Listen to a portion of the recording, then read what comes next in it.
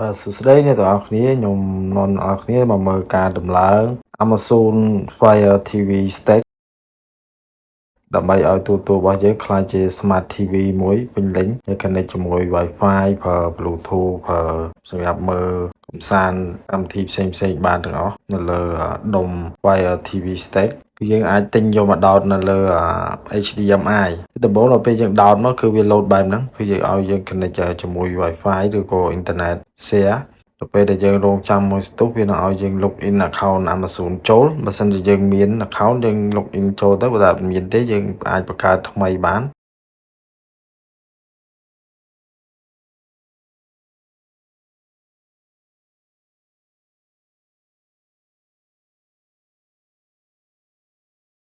log in ចូលហើយគឺវាចូលដល់កន្លែងនេះគឺ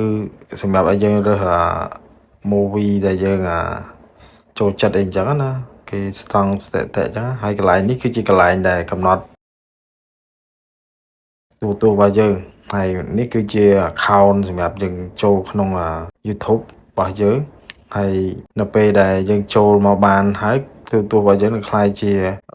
Smart TV មួយហើយនៅពេលដែលយើងចូលមកភ្លាមគឺអត់ទាន់អាចប្រើបានភ្លាមយើងចាំបាច់ត្រូវចូល download កម្មវិធីផ្សេងៗពី Amazon Store ដើម្បី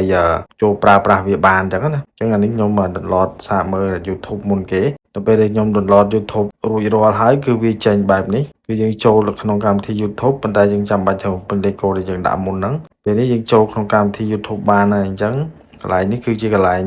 log in ចូល account YouTube មួយទៀតបើសិនជាអ្នកទាំងអស់មាន account YouTube អ្នកទាំងអស់គ្នាអាច log in ចូលបានហើយដល់ពេលដែលខ្ញុំចូលបានហើយគឺខ្ញុំដាក់សារឲ្យមើលនេះ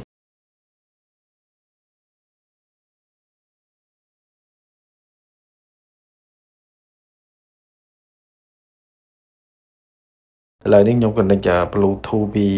ទូរទស្សន៍ទៅ speaker សម្រាប់ចាក់ចម្រៀងឬក៏ចាក់សំឡេងអីផ្សេងៗបញ្ជូនទៅ speaker អញ្ចឹងណា